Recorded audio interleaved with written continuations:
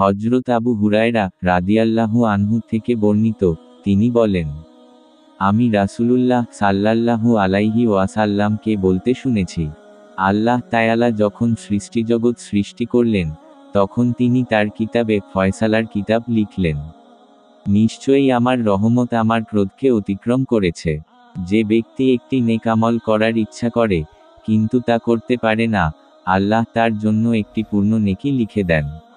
আর যদি সে তা করে ফেলে, আল্লাহ তার জন্য 10টি থেকে 700 গুণ, বরং তারও বেশি সওয়াব লিখে দেন। আর যে ব্যক্তি একটি মন্দ কাজ করার ইচ্ছা করে, কিন্তু তা করে না, আল্লাহ তার জন্য একটি পূর্ণ নেকি লিখে দেন। আর যদি তা করে ফেলে, তবে একটি মাত্র পাপ লিখে দেন।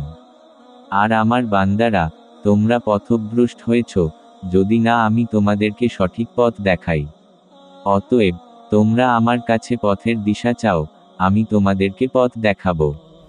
হে আমার বান্দারা, তোমরা সকলেই ক্ষুধার্ত, যদি না আমি তোমাদের আহার দিই।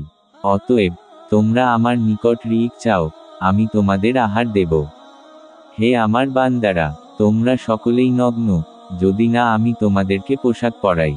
অতএব, তোমরা আমার নিকট পোশাক চাও, আমি তোমাদেরকে পোশাক দেব।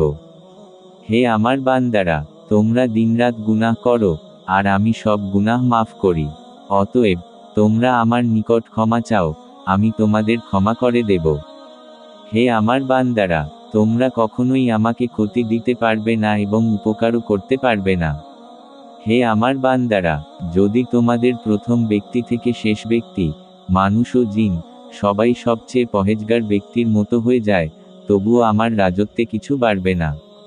আর যদি তোমরা সবাই সবচেয়ে পাপী মানুষের মতো হয়ে যাও, তবুও আমার রাজত্বে কিছু কমবে না।